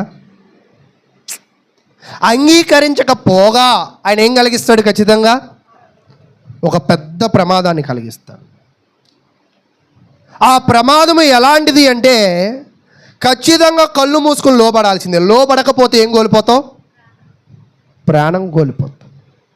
ఇప్పుడు ఈరోజు మనము కూడా ఏమనుకుంటూ ఉంటామంటే, ఈ ప్రార్థనకి కేటాయించవలసిన సమయాన్ని దేవుడి కొరకు కేటాయించకుండా మనకెందుకులే అని అనుకుని కొన్ని ప్రయాణాలకు వెళుతూ ఉంటాం, కొన్ని ఫంక్షన్లకి వెళుతూ ఉంటాం, కొన్ని ఉద్యోగాలకి వెళుతూ ఉంటాం, కొన్ని వ్యాపారాలకు వెళుతూ ఉంటాం. ఖచ్చితంగా మేలైతే జరగదు, ఇది నిజం. ఎవరి కుటుంబంలో ఒక హింస, ఒక ప్రమాదం జరుగుతుంది అని ఒక క్వశ్చన్ మార్క్ వేయండి. తీవ్రమైన నష్టము, కష్టము ఎవరికి వచ్చిందో తెలుసా? దేవుని నుంచి దూరంగా పారిపోవాలనుకున్న వాళ్ళు. ఎందుకు అంటే దేవుడు మనకు దగ్గర ఉన్నాడు అనుకో. కీర్తనకారుడు చెప్తూ ఉంటాడు, పగలు ఎండదెబ్బైనను చెప్పమంటే అనర్గళంగా చెప్తూ ఉంటాం, రాత్రి వెన్నెల దెబ్బైనను నాకు ఎందుకు తగలదు? అప్పుడు కీర్తనలు 23వ కీర్తన చెప్పింది దానికి. ఏంటి ఆ కీర్తన చెప్పండి? యెహోవా నా కాపరి. యెహోవా నీకు కాపరిగా ఉంటే నీకు ఎండదెబ్బ తగలదంట, నీకు వెన్నెల దెబ్బ తగలదంట. నీ కుడి పక్కన 1000 మంది పడినను, నీ ఎడమ పక్కన 10,000 మంది కూలినను, ఏ అపాయమును నీ యొద్దకు, అంటే నీ యొద్దకు అపాయము వస్తుంది అంటే నువ్వు దేవుని సన్నిధానంలో ఉన్న వ్యక్తివా, లేని వ్యక్తివా? లేని వ్యక్తి. కాబట్టి ప్రియ సహోదరులారా, ఇప్పుడు యోనాకి కూడా ఒక పెద్ద ప్రమాదము, అపాయము వచ్చింది. ఈ పెద్ద ప్రమాదము, అపాయములో ఇతను ఆ అపాయం వచ్చిన తర్వాత ఆ అపాయాన్ని ఇక్కడ వివరిస్తూ ఉన్నాడు. 4వ వచనం. అయితే యెహోవా సముద్రము మీద పెద్ద గాలి పుట్టింపగా సముద్రము మందు గొప్ప తుఫాను రేగి ఓడ బద్దలైపో గతి. ఇక్కడ మీరు గమనించండి, ఒక్కడు చేసిన పాపానికి ఆ తర్షీషు ఓడలో ఉన్న వాళ్ళందరూ కూడా, అసలు తర్షీషులో ఉన్న వాళ్ళందరూ కూడా, కుటుంబంలో నువ్వు ఒక్కడు చేసిన తప్పుకి నీ కుటుంబం అంతా నష్టపోతూ ఉంటే ఎంత బాధ ఉంటుంది. అయితే ఇక్కడ ఓడ బద్దలైపోవడం గతి వచ్చిందంట. ఓడ బద్దలైపోవడం అంటే ఏంటంటే అర్థం, ఒక్కోసారి పిడుగులు పడుతూ ఉంటాయి. మేము కూడా సివిఆర్ స్కూల్లో ఒక చిన్న ప్రోగ్రాం జరిగితే ప్రొజెక్టర్ వేసి మాకు పాఠాలు చెప్తున్నారు. మేమందరం స్కూల్లోకి వ్యాన్లో తీసుకెళ్లారు. పిడుగు పడగానే వ్యాను లేదు, ఏమీ లేదు, ఎవరి కాళ్ళు ఇలాగ పారిపోయాం. మేము వ్యాన్లో వచ్చాం, రావడం, ఇల్లులు దూరం, కానీ ప్రాణాలు కాపాడుకోవడానికి ఏం చేసావు? పిడుగు పడగానే ఎవడు దారి వాడు పారిపోయావు. టీచర్ కూడా అడగలే ఏంట్రా పారిపోయారని, ఎందుకంటే వాళ్ళు పారిపోయారు. కాబట్టి ఇక నేనేం చెప్పాలనుకుంటున్నానంటే, ఇప్పుడు ఇక్కడ పెద్ద ప్రమాదం జరగడానికి అవకాశం ఉంది, అది తెలుస్తుంది. గాలి వాన వచ్చేసింది. ఆ గాలి వానకి ఆ పిడుగులకి ఈ వాన ఏమైపోతుందంట? బోల్తా అవ్వట్లా, బద్దలైపోతుంది. ఈ బద్దలైపోయే తరుణంలో పారిపోవడానికి అవకాశం ఉందా? అవకాశం లేదు. అంటే దేవుడు నీకు ఎలా చెక్మేడి పెడతాడంటే మళ్ళా మూసుకుని వెనక్కి రావాల్సిందే. ఏం చేయాల్సిందే అంట? ఇదే స్టోరీ మీరు ఋతు గ్రంథం చదివినప్పుడు నయోమి అనే ఆమె వెళ్ళింది కదా, తిరిగి మళ్ళీ అన్నీ మూసుకుని ఎలా వచ్చింది? అదే బాటలో వచ్చింది. అంతేనా? అంటే నేనేం చెప్పాలనుకుంటున్నానంటే, ఇది ఒకవేళ బెదిరించడానికో లేదా మరొక రకంగా కాదు, కానీ దేవునిని ఎవరైతే విడిచిపెట్టి దేవుని సన్నిధానానికి వాళ్ళ ప్రవర్తనకి దూరం అయిపోతూ ఉంటారో వాళ్ళకి దేవుడు ఒక పెద్ద గుణపాఠం చెప్తాడు. చిన్నది కాదు. ఓడ బద్దలైపోయిందంట. ఓడ బద్దలైపోవడం అంటే మామూలు విషయమా? పెద్ద గుణపాఠం చెప్తాడంట. ఆ గుణపాఠం చెప్పి మరలా ఆయన దగ్గరికి రప్పించుకుంటాడు ఆయన. నాకు అప్పుడప్పుడు అనిపిస్తూ ఉంటుంది, ఆదాము అవ పాపం చేసినప్పుడు ఈయన ఎక్కడికి పోయాడు? ఉంటే బాగుండు కదా, పాపం చేయనిచ్చేవాడు కాదు కదా. దేవుడు ఎప్పుడూ కూడా మనిషికి స్వాతంత్రాన్ని ఇస్తాడు. లోబడతావా లోబడవా? ఇందా మీకు చెప్పే కదా, కొన్ని తప్పులు చూస్తూ ఉంటాం, వెంటనే అడగం ఎంత మేరకు చేస్తూ ఉంటారని. పెద్ద అపాయం వాళ్ళు కొని తెచ్చుకునేదాకా ఆ తప్పుని చేస్తూనే ఉంటారు. ఎందుకంటే ఎవరు అడగరు కదా. మనుషులు అడిగితే కోపం, దేవుడు దండించేదాకా వాళ్ళు పొందేదాకా వాళ్ళ పాపాన్ని. అలాగే యోనా కూడా దేవుడు శిక్షను పొందడానికి ఇప్పుడు వెళ్తున్నాడు. ఇందాకేమో దేవుడు పని చేయడానికి దేవుడు యోనాకు పని అప్పచెప్తే, ఇప్పుడు యోనా డెసిషను ఆయన శిక్షకు పాత్రుణ్ణి చేసింది. అంటే ఈరోజు మీ ఆలోచనలు, మీ నిర్ణయాలు ఆశీర్వాదానికి పాత్రుని చేస్తున్నాయా, శిక్షకు పాత్రుని చేస్తున్నాయా? ఒకసారి ఆలోచించండి. ద్వితీయోపదేశ కాండంలో ఏం చదివామంటే, దేవుడు నిన్ను దీవించాలి అంటే, నీ ద్రాక్ష తోటలో ద్రాక్షలు ఉండాలంటే, నీ తొట్టిలో జ్యూస్ ఉండాలి అంటే, నీ పొలంలో పంట ఉండాలి అంటే, నీ దొడ్డిలో గొర్రెలు ఉండాలి అంటే, ఆ దీవెనలు ఎవరు ఇవ్వాల్సిందే? దేవుడు ఇవ్వాలి. అంటే ఇప్పుడు దేవుడు ఆ డెసిషన్ నువ్వు తీసుకో, ఆ నిర్ణయం నువ్వు తీసుకో. నిర్ణయం అంటారు దాన్ని. నిర్ణయం అంటే ఒక్కోసారి అంటే కొంతమంది వాళ్ళ జీవితంలో కొన్ని నిర్ణయాలు తీసుకుంటారు. నువ్వెన్నైనా చెప్పు, నేను ఇదే చేస్తాను. నేను కూడా మొన్న అసలు నేను ఎన్ని ఉద్యోగాలు చేశా, ఎన్ని కంపెనీలు మారా అని ఖాళీగా ఉన్నప్పుడు రాశా. ఇంచుమించుగా 30 కంపెనీలు పనిచేశాను. నాకు అర్థమైంది ఏంటంటే, ప్రతి ఉద్యోగం మానేసింది వెనక నా ఒళ్ళు పోత్రమే ఉంది. అంటే అహంకారం. వీడు చెప్తే నేను ఎందుకు చేయాలి, నా టాలెంట్కి నాకు దీనికన్నా గొప్పది వచ్చిద్ది అనే అహంకారం. అంటే ఈరోజు మనము ఏదైనా గెలవాలి అంటే మన టాలెంట్ వల్ల మనకి కాదు, అది దేవుడు ఇస్తేనే గెలవగలం. దేవుడు ఒక వ్యక్తికి ఎప్పుడు విజయాన్ని ఇస్తాడంటే, అహంకారులకి దేవుడు ఎప్పుడు విజయాన్ని ఇవ్వడం. ప్రతి దాని వెనక నేను మానేసినప్పుడు నాకు అర్థమవుతుంది ఏంటంటే, కోపంతో నిర్ణయం అని. కాబట్టి నేనేం చెప్పాలనుకుంటున్నానంటే, ఇప్పుడు ఈ యోనా డెసిషన్ కూడా ఇది గుడ్ డెసిషనా బ్యాడ్ డెసిషనా? ఎవరు చెప్పలేకపోతున్నారు. అందుకే చెప్పా ఏసీ కొంటాను అందరూ సహకరించండి అని. మీరేమో సహకరించాల, ఈ వేడి గాలికి ఏమో అల్లాడుతున్నాం. సరే, బ్యాడ్ డెసిషనే అంటారా? ఓకే, సరే గుడ్ డెసిషన్ అంటే ఏంటో చెప్పండి, అందరూ గట్టిగా చెప్పండి. సరే, నినివే పట్టణానికి పక్కన పెడితే మీ జీవితంలో మీ గుడ్ డెసిషన్ దేవుని మందిరానికి రావడం అనేది ఎప్పుడైనా చేశారా? మీ జీవితంలో ఒక గుడ్ డెసిషన్ ఏంటంటే దేవుని మందిరానికి రావడము, క్రమంగా రావడం. ఇంకా చాలా ఉంటాయి, మీకు బాగా తెలుసు. చెప్తే కోపం, కానీ మీరు అందరూ విన్నోళ్ళే. యోనాలాగా విన్నారు, మీరు యోనాలాగా విన్నారు, కానీ ఆచరించేపాటికి వచ్చేపాటికి కొంచెం ఇబ్బంది పడుతూ ఉన్నారు. అంతేనా? ఈరోజు మరి మీరు దేవుని సన్నిధానానికి దగ్గరగా వెళ్తున్నాయా మీ ఆలోచనలు, మీ ప్రవర్తన, లేదా దేవుని చిత్తానికి దూరంగా వెళ్తున్నాయా? ఒకవేళ దూరంగా వెళ్తే ఓడ బద్దలైపోయే స్థితిగతులు అయితే వాళ్ళకు వచ్చాయి. కాబట్టి ఓడ బద్దలైపోతున్నప్పుడు ఇప్పుడు జనులందరూ ఏం చేశారంటే 5వ వచనం, కాబట్టి నావికులు భయపడి ప్రతివాడును తన తన దేవతను ప్రార్థించి ఓడ చులకన చేయుటకు అందులోని సరుకులను సముద్రములో పారవేసిరి. అప్పటికి యోనా ఓడ దిగువ భాగమునకు పోయి పండుకొని గాఢ నిద్ర పోయి ఉండను. అంటే యోనా అయితే రిలాక్స్ అయిపోయాడు. అమ్మయ్య, దేవుడి మాటకి దూరంగా వెళ్ళిపోతున్నా, దేవుడు చెప్పిన ఊరికి దూరంగా వెళ్ళిపోతున్నా, నన్ను ఎవ్వరూ పట్టుకోలేరు, నన్ను ఎవ్వరు ఆపలేరు అని అనుకున్నారు. ఒక్కోసారి చాలామంది కూడా నన్ను ఎవ్వరు ఆపలేరు అని అనుకుంటూ ఉంటాం. ఆపడానికి ఒక విపత్తుని దేవుడు ఖచ్చితంగా ఏం చేస్తాడంట, తెచ్చి పెడతాడు. నేను కూడా ఈ మధ్య కొంచెం ఆర్థికంగా కొన్ని ఇబ్బందులు బట్టి ఉద్యోగానికి ప్రయత్నం చేస్తుంటే, ఇంతకు ముందేమో వెళ్ళిన ప్రతి ఉద్యోగం వచ్చేది, ఇప్పుడు వెళ్తున్న ప్రతి ఉద్యోగం రావట్లా. అప్పుడు ఒక అతనితో అంటే, అన్న దేవుని చిత్తం కాదేమో నువ్వు ఉద్యోగం చేయడం అన్నాడు. ఏం చిత్తం కాదంట, ఈరోజు ఒక్కోసారి మన పనులు దేవుని చిత్తం కాకపోతే అది ఎంత మనం బలము ఉపయోగించినా, ఎంత ధనము ఉపయోగించినా, ఎంత జ్ఞానం ఉపయోగించినా అది జరగదు. ఇక్కడ యోనా కూడా తన జ్ఞానాన్ని, తన ధనాన్ని, తన సమయాన్ని దేవుని చిత్తానికి ఉపయోగించాడా, దేవుని చిత్తానికి వ్యతిరేకంగా ఉపయోగించాడా? ఉపయోగించినప్పుడు వచ్చిన విపత్తుకి వీళ్ళందరూ కూడా ఏం చేస్తున్నారంటే వారి వారి దేవతలకు నమస్కారం చేస్తూ ఉన్నారు. అంటే వాళ్ళలో ఉన్న వాళ్ళందరూ భక్తిపరులు అంటారా? దేవుడికి దండం పెట్టుకుంటున్నారు ప్రమాదం వస్తే. అంటే ఓడలో ఉన్న వీళ్ళందరూ భక్తులు కాదా? నా మాట మీకు అర్థమైందా? భక్తులు కాదా? సరే, పూజిస్తున్నారు, ఏదో ఒక దేవుడి మీద వాళ్ళకి భక్తి ఉందా, భక్తి లేదా? అసలు చచ్చిపోయేటప్పుడు నాస్తికుడు కూడా దేవుడి దండం పెట్టుకుని బొట్టు పెట్టుకుంటాడు, కాపాడతాడు.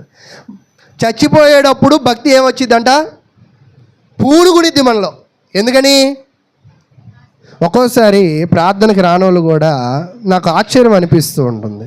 ప్రార్థనకి రానోళ్ళు కూడా ప్రార్థన చేయించుకుంటారు కదా, ఆ ప్రార్థన వల్ల మీకు ప్రతిఫలం ఉండిద్ది అంటారా? ప్రార్థనకి రానోళ్ళు కూడా కూడికలు పెట్టుకుంటూ ఉండి ఆ భోజనాలు, ఆ లడ్డు బూండియో, ఆ సాంబార్ ఇడ్లీ ఇస్తూ ఉంటారు కదా, ఉపయోగం ఉండిద్ది అంటారా?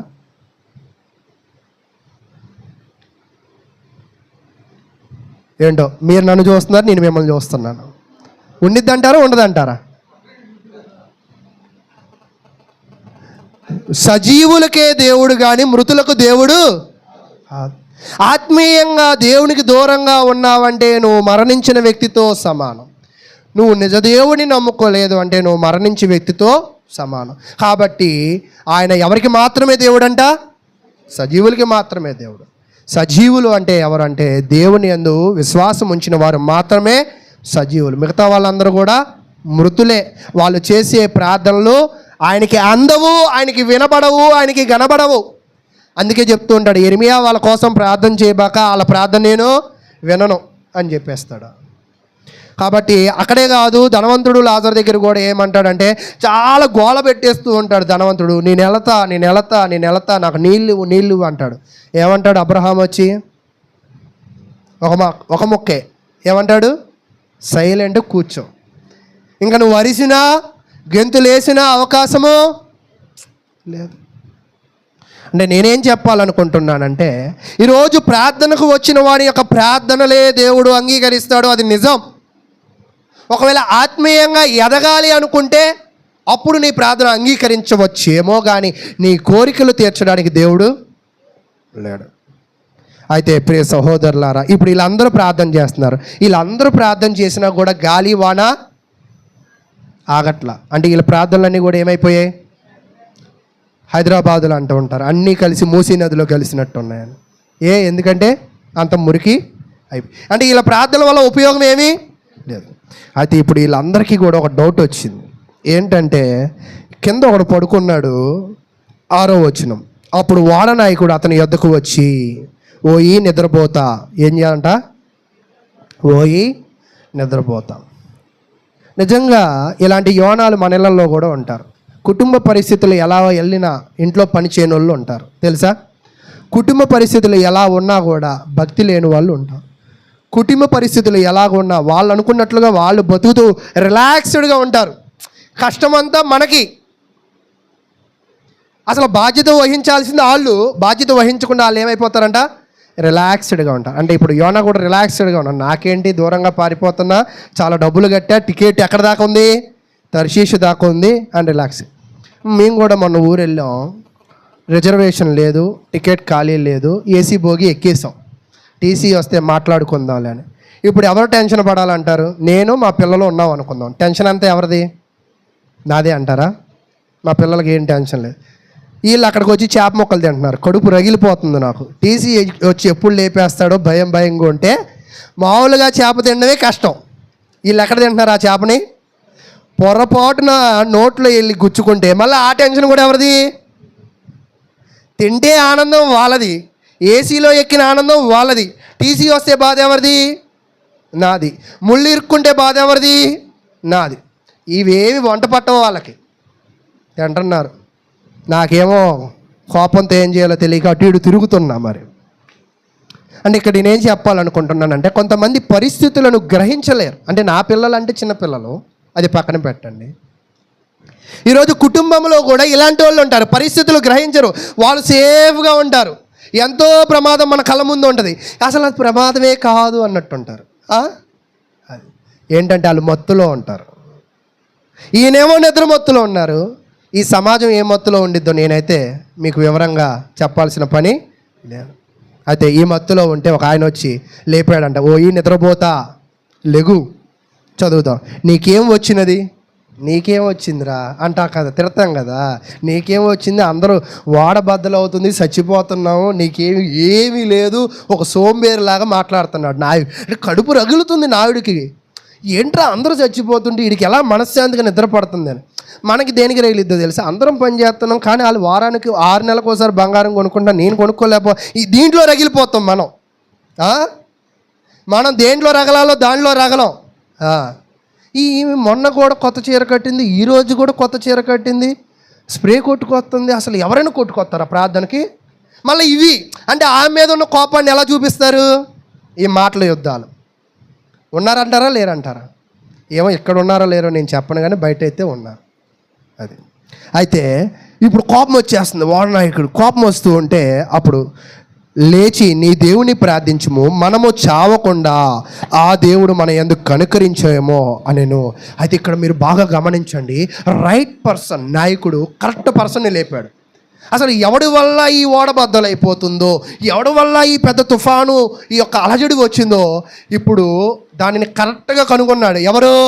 ఈ నాయకుడు. కనుగొని ఆన్నే లేపాడు, లేపి బుద్ధి గడ్డి పెట్టాడు. ఒరే చచ్చిపోతున్నావురా, నీకు అర్థమవుతుందారా? ఏమైపోతున్నావు? చచ్చిపోతున్నాం మనం, నీకు అర్థమవుతుందా? కొంతమంది అంటారు, 2 ఆడపిల్లలు ఉన్నారు, నీకు బుద్ధి ఉందా? ఈడుకొచ్చిన పిల్లలు ఉన్నారు, డబ్బులు ఏం దాసావా అని అంటూ ఉంటారు. అలాగా ఈ నావికుడు కూడా బుద్ధి పెడుతూ ఉన్నాడు. ఎవరికి? అసలు యోనాని దేవుడు ఎందుకు ఎన్నుకున్నాడు? నలుగురికి బుద్ధి చెప్పడానికి. కానీ ఇప్పుడు ఇతని పరిస్థితి ఏమైపోయిందంట? బుద్ధి చెప్పించుకోవాల్సిన స్థితికి వచ్చేసాడు. అది అయితే లోతుగా మాట్లాడుకుంటే నిజంగా ఎంత గొప్ప విషయాలు దేవుడు ఇచ్చాడు. అయితే బుద్ధి చెప్పించుకోండి.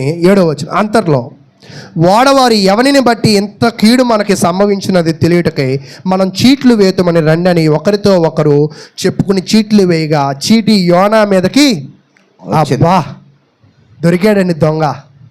వాస్తవానికి వీళ్ళ నమ్మకం ఏంటంటే, లేవీ కాండంలో కూడా దీని గురించి ఒక విషయాన్ని చెప్తూ ఉంటాడు. ఏదైనా పొరపాటు జరిగితే ఆ కాలంలో ఏం చేసేవాళ్ళంటే చీట్లు వేసేవాళ్ళు. చీట్లు వేస్తే వాళ్ళ నమ్మకం ఏమిటి అంటే, అదే రాముడు సీత ఆడేవాళ్ళు కదా చిన్నప్పుడు, సీత అది ఎవరో వచ్చిన వాళ్ళు ఎవరో చెప్పాలన్నట్టుగా, అలాగే ఈ చీట్లు ఒక చీటీ తీస్తారు, అందరి పేర్లు రాశారు. నాకు ఇక్కడ ఒక ప్రశ్న వచ్చింది, ఇన్ని పేపర్ మొక్కలు ఎక్కడ వాళ్ళకి? చీట్లు వేయడానికి పేపర్లు ఉండాలిగా, ఇన్ని పేపర్లు ఎక్కడివి? అసలు ఎంత టెన్షన్లో చీట్లు వేయాలన్న ఆలోచన ఎలా వచ్చింది వీళ్ళకి? దేవుడే కలిగించాడు. దేవుడే ఓడ నాయకుడిని పంపించి ఆయన నిద్ర లేపించాడు. దేవుడే చీట్లు వేపించి యోనాను దొంగను ఎవరు పట్టించారంట? దేవుడే పట్టించాడు. ఒక్కోసారి మనం తెలియగా ఎవరికి దొరకకూడదని ఈయన ఎక్కడికి వెళ్ళి పడుకున్నాడంట? డ్రైవర్ సీట్ దగ్గర పడుకున్నాడు, కింద అండర్ గ్రౌండ్లో పడుకున్నాడు, నన్ను ఎవ్వరు లేపడు కదా అని. అయితే పడుకున్న తర్వాత అక్కడ ఏం జరిగిందంటే, చీటీలో ఎవరి పేరు వచ్చిందంట? యోనా పేరు వచ్చింది. ఇప్పుడు అందరు కళ్ళు ఎలా ఉంటాయి యోనా మీద? ఎలా ఉంటాయండి? కోపంగా ఉంటాయి. కోపం అంటే ఇంకా తక్కువ అనుకోవాలి మీరు. కొడతారు ఒక్కొక్కరు కొంతమంది. నిన్న కూడా మేము భోజనాలకు వెళ్ళాం. బాగా ఆకలి వేస్తుంది, ఏంటో తెలియని ఆకలి నిన్న వేసింది. భోజనం అయిపోయింది, కొంచెం రైస్ వేసారు, తిన్నా, ఇంకేం అర్థం కావట్లే. అక్కడేం కీర దోసకాయ ముక్కలు ఉన్నాయి, టక్క తినేస్తూనే ఉన్నా, చాలా తిన్నా, అయినా ఆకలి వేస్తుంది. మళ్ళీ బయటకు వచ్చా, భోజనం తెచ్చారంట. ఒక ప్రసంగం అయిపోయింది, సేవకుడు కదా, ప్రసంగం తర్వాత భోజనం తింటే దరిద్రంగా ఉంటుందని భోజనం వైపు కళ్ళు ఉన్నాయి, కానీ కడుపు రగులుతుంది, తినాలనిపిస్తుంది. తినగలమా? తినలేము. అంటే సేవకుడిగా మనల్ని అది ఆపింది. ఇప్పుడు యోనా ఈడి వల్లే ఇది వచ్చిందని వీళ్ళకి అర్థమైంది.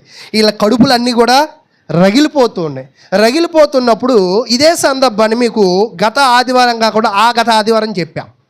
ఫినెహాసు అనే ఒక వ్యక్తి భయంకరమైన పరిస్థితులుగో దేవుడితో మాట్లాడుతుంటే ఒకడు వచ్చి, ఈ అమ్మాయినే నేను చేసుకుంటా, ఈ అమ్మాయిని నేను ప్రేమించా, ఈ అమ్మాయి లేకపోతే నేను బ్రతకలేను అన్నాడు. అప్పుడు వెంటనే ఫినెహాసు ఏం చేశాడు? ఒక ఈడు పట్టుకుని పొడిచి చంపేశాడు. ఇప్పుడు నిజంగానే ఇప్పుడు ఈ ఓడలో ఉన్న వాళ్ళ కోపం కూడా ఎలా ఉండి ఉండొచ్చు? దొరికితే ఇస్తే ఇతను ఏం చేస్తారు? చంపేస్తారు. అయితే అలాంటి పరిస్థితుల్లో ఏం జరిగిందంటే, వీళ్ళు నిజంగా తర్షీషు వెళ్ళే వాళ్ళందరూ మంచోళ్ళు అనుకుంటా, మాటలతోనే అడుగుతున్నారు, ఇంకా చేతలకు ఇంకా రాలా. 8వ వచనం, కాబట్టి వారు అతన్ని చూచి, ఎవరిని బట్టి ఈ కీడు మాకు సంభవించునో, నీ వ్యాపారం ఏమిటో, నువ్వు ఎక్కడి నుంచి వచ్చితువో, నీ దేశం ఏదో, నీ జనమేదో, నీ సంగతి అంతయు మాకు, ఒరే బాబు నీకు పుణ్యం ఉంటుంది, మొత్తం చెప్పరా బాబు అని బతిమలాడుతున్నారు. ఇన్ని బ్రతిమలాడుతుంటే అప్పుడు చెప్తూ ఉన్నాడు, అయ్యా నేను ఎవరినో కాదు. ఇక్కడ మీరు గమనించండి, నాకు అనిపిస్తూ ఉంది యోనా ఇలా రాంగ్ డెసిషన్ కూడా తీసుకోవడానికి గల కారణం ఏంటో తెలుసా? తర్షీషు వారికి కూడా దేవుని వాక్యము ప్రకటించడమేనేమో. ఇప్పుడు యోనా ఏం చెప్తున్నాడో తెలుసా? దీంట్లో మీరు అండర్లైన్ చేయండి. యోనా తర్షీషు వాడెక్కడం వల్ల వాళ్ళకి కలిగిన లాభాన్ని మీరు చూడండి. అతడు వారితో ఇట్లా, నేను చదవండి, నేను హెబ్రీయుడును, సముద్రమునకును భూమికిని సృష్టికర్త అయిన ఆకాశమందు దేవుడైన యెహోవా యందు నేను భయభక్తులు గలవాడనే ఉన్నాను. చాలు. అంటే ఇక్కడ మీకు అర్థమవుతుందా? ఈ హెబ్రీయుడు ఎవరి గురించి సువార్త ప్రకటిస్తున్నాడు? ఆకాశమందును భూమి యందును సర్వాధికారము కలిగిన దేవుని యందు భయభక్తులు గలవాడనని అక్కడ ప్రకటిస్తూ ఉన్నాడు. అంటే ఇప్పుడు ఈ తర్షీషు ఆ ఓడలో ఉన్న వాళ్ళందరికీ కూడా నిజదేవుడు ఎవరైనా అర్థమైద్ది? హెబ్రీల దేవుడైన యెహోవా అని అర్థమైంది. అంటే మీరు ఇక్కడ గమనించండి, పెద్ద ప్రమాదం తర్వాత దేవుణ్ణి తెలుసుకునే గొప్ప అవకాశం వీళ్ళకి వచ్చిన తర్వాత అక్కడ 10వ వచనం, తాను యెహోవా సన్నిధిలో నుండి పారిపోనట్టు అతడు ఆ మనుషులకు తెలియజేసి ఉండను కనుక వారు ఆ సంగతి తెలుసుకుని మరింత భయపడి. అంటే వీళ్ళకి భయం ఎప్పుడు వచ్చిందంటే, దేవుడు ఒక పని అప్పచెప్తే ఇంకొక పని చేసినందుకు వీళ్ళకి భయం వచ్చింది. అందుకే లోకంలో ఒక మాట ఉంటుంది, కుక్క చేయాల్సిన పని గాడిద చేసి ఏం విరక్కొట్టుకుందంట? అదేనా మాట? కొంచెం డౌట్గా చెప్తూ ఉన్నా. ఈరోజు కొంతమంది సంఘాల్లో కూడా, కుటుంబాల్లో కూడా చేయాల్సిన వాళ్ళు ఆ పని చేయరు. ఆ చేయాల్సిన పనిని ఏదో భుజం మీద వేసుకుంటూ ఉంటారు. కొంతమంది వేసుకుని ఆ నడుములు ఏం చేసుకుంటారు? ఎరక్కొట్టుకుంటూ ఉంటారు. అంటే నేను చెప్పాలనుకుంటున్న మాట ఏంటంటే, దేవుడు చెప్పిన పని ఒకటి, ఇతను చేసిన పని ఇంకొకటి. ఇతను చేసిన పనికి ప్రతిఫలం ఓడ ఇరిగిపోతుంది, అనేకులు చచ్చిపోబోతున్నారు. అసలు ఈ సమయంలో మీరు ఒకసారి కళ్ళు మూసుకోండి, మనమే వాళ్ళలో ఉన్నాం, కాసేపట్లో చచ్చిపోతున్నాం, నీకు అర్థమవుతుంది. వెంటనే నీకు ఫోన్ ఉంటే నీ ఫోన్ మీ ఆయనకో, మీ అబ్బాయికో, మీ అమ్మాయికో, మీ ఆవిడకో ఫోన్ చేసి, అరే బాబు ఆ పలానా చర్చి పక్కన ఉన్న వాళ్ళకి 50,000 ఇచ్చాను, అది తీసేసుకో, ఆ దస్తావేజుల్లో అదిగో ఆ పలానా ముసలావిడికి ఇచ్చాను. అవేనా మనం చెప్పేది? అప్పుడు కూడా మనం నిద్రపోతామా? వాక్యం చెప్పేటప్పుడు కూడా నిద్రపోయే వాళ్ళని చూస్తుంటే నాకు యోనానే గుర్తొస్తూ ఉంటాడు. ఎందుకంటే వీళ్ళకి ఏమీ అంటిపట్టదు, దేనికి వచ్చామో మర్చిపోతూ ఉంటారు. మర్చిపోయినప్పుడు ఈ శరీరం ఏమైపోద్ది? మీరు నిద్రపోకూడదని 2 స్పీకర్లు పెట్టా, కానీ సౌండ్లు తగ్గించి, అదే తప్పు అయిపోయినట్టని. అయితే ఇప్పుడు జరుగుతున్న సందర్భం ఏంటంటే, మొత్తం కనుక్కుని ఇప్పుడు వీళ్ళు భయపడ్డారు. అమ్మో, దేవుడు మాటను నువ్వు అతిక్రమించావా? దేవుడు చెప్పిన పని కాకుండా నీకు మనసుకు నచ్చిన పని చేసావా? ఇది ఎంత పెద్ద పాపం. ఈరోజు నిజంగా నేను ఒకటి చెప్తున్నాను, నువ్వు ప్రార్థన పెట్టుకో, నువ్వు పెళ్లి చేసుకో, నువ్వు పుష్పలంకరణ చేసుకో, నువ్వు బర్త్డే చేసుకో, నువ్వు ఏదైనా చేసుకో, అది దేవుడికి అనుకూలంగా కాకుండా నీకు నచ్చినట్లుగా అది చేస్తే అది దేవుడు ఎప్పటికీ అంగీకరించడు. ఇక్కడ మీకు మళ్ళా చెప్తూ ఉన్నాను, దేవుడు అందరి ప్రార్థన వినడు అని ఎందుకు చెప్పానో తెలుసా? వాళ్ళు వాళ్ళ దేవుడికి ప్రార్థన చేశారు, ప్రయోజనం ఏమైనా ఉందా? మళ్ళా తిరిగి ఎవరు ప్రార్థన చేయాల్సిందే? ఏమైనా చేయాల్సిందే. ఈరోజు నేనేం చెప్పాలనుకుంటున్నానంటే, ఒక చేసే కార్యక్రమము నీ గొప్పకో, నీ గోచుకో, నీ యొక్క ఆనందానికో, నీ యొక్క బలాన్ని నలుగురిలో చూపించుకోవడానికో అది చేయొద్దు. అది ఎప్పుడు చేయొద్దు. అలా చేసావంటే విపత్తులు ఖచ్చితంగా వస్తూ ఉంటాయి. తర్వాత ఇప్పుడు వీళ్ళు భయపడిన తర్వాత ఏం జరిగిందో ఆ 10వ వచనము అయిపోయింది కదా, మనకి 11వ వచనాన్ని చదువుకుందాం. అప్పుడు వారు ఆ సముద్రం పొంగుచున్నది, సముద్రం ఆగట్లా, తుఫాను అధికమవుతున్నది. ఇక్కడ చూడండి, అసలు ఈ సంఘటన ఒకసారి కళ్ళు మూసుకోండి. ఫరో గుర్తు రావట్లా? ఇశ్రాయేల్ ప్రజలకు వెనక ఎవరు ఉన్నారు? ఫరో సైన్యం. ఎదురేముంది? ఇక్కడేమో వీళ్ళు కూల్గా మాట్లాడుకుంటున్నారు, టైం లేదు, అదేమో ఆగట్లేదు, ఈ తుఫాన్ ఆగట్లేదు, ఏంట్రా బాబు అనుకుంటున్న సమయంలో సముద్రము మా మీదకి రాకుండా నెమ్మలించినట్లు మేము నీకేమి చేయవాలని అతన్ని అడుగుగా. సమస్యకి పరిష్కారం ఎవరిని అడిగారంటండి? నీ వల్లే సమస్య వచ్చిందిగా, నువ్వే. అందుకే నేను అప్పుడప్పుడు సంఘం ఎదగాలంటే ఏం చేయాలి అని అడుగుతూ ఉంటా. మీరు ఎప్పుడైనా విన్నారా? కొంతమంది ఉత్సాహంగా లేచి చెప్తారు, ఇది చెయ్యాలి బాసు అని. నువ్వు సహకరిస్తావా అని అడుగుతా. అడిగాను అలాగా? తర్వాత ఏం చెప్తారు మీరు? సహకరించరా?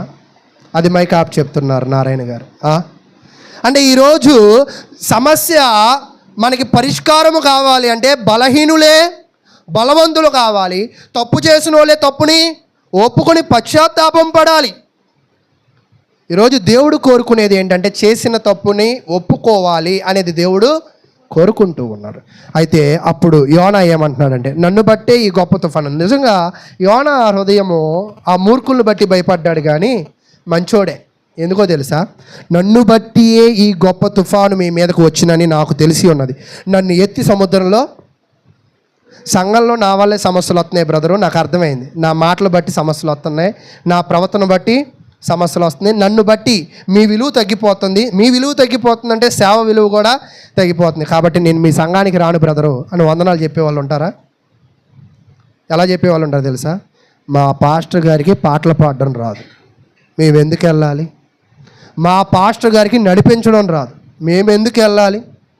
మా పాస్టర్ గారు ఎప్పుడు చెప్పిన వాక్యమే చెప్తాడు, ఎందుకు వెళ్ళాలి? అదే ఆ పాస్టర్ గారు ఉంటే చెవుకి ఎంత ఇంపుగా ఉంటాయి తెలుసా అని అలాగ చెప్పెళ్ళే వాళ్ళు ఉంటారు. కానీ యోనా ఎంత మంచోడంటే, అయ్యా తప్పు నా వల్లే, నన్ను బట్టే ఆ తుఫాన్, నన్ను బట్టే ఈ గాలివాన, నన్ను బట్టే ఇది బద్దలైపోతుంది. అది నాకు అర్థమైంది. అది ఎవరికి అర్థమైంది? యోనాలో యేసుక్రీస్తు కనపడతాడు. వాలంటరీగా వెళ్ళి చచ్చిపోతా అన్నాడు. ఏమయ్యాడంట? వాలంటరీగా నన్ను పడేయండి. ఎందుకని? సముద్రంలో పడేస్తే ఈదగలమా? ఎవరు ఈదలేం. చెరువు ఈతగాళ్ళని చూసాం, నదులు ఈతగాళ్ళని చూసాం, కానీ సముద్రంలో ఈత సాధ్యమైనది కాదు.